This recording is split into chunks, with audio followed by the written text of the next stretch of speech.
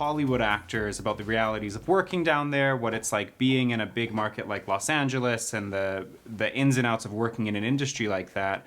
But what's your experience been as an actress based in a smaller market? Because you've arguably become a big fish in a small pond. How do you find that? Uh, well, it's challenging. It's challenging because you have to navigate between theater and film and all of the other jobs that you're doing if you're in a smaller market.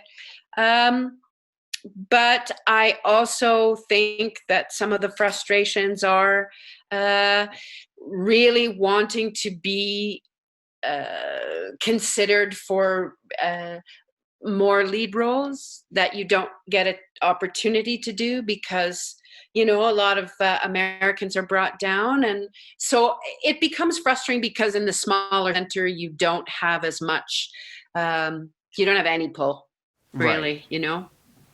And so, in terms of branching out, though, from a local market to a larger market like Los Angeles or a London or somewhere bigger, is that something that you would have ever considered or are considering, perhaps? I have considered, yes. And so my agent is in Vancouver.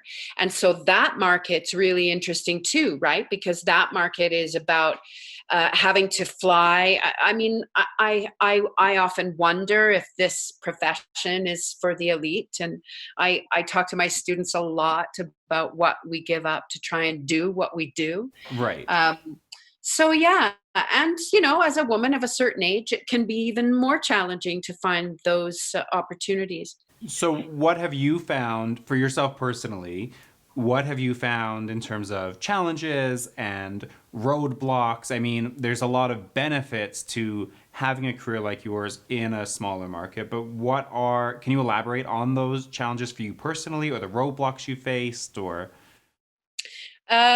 Yes, I started when I was doing film. I started as a casting director, so that quickly helped me to be on the other side of the camera, which was interesting. I did that for a couple of years, but then I the hustle there was too much, and I realized that I wanted to be an actor. I love acting, directing. That's my passion. So I went back there.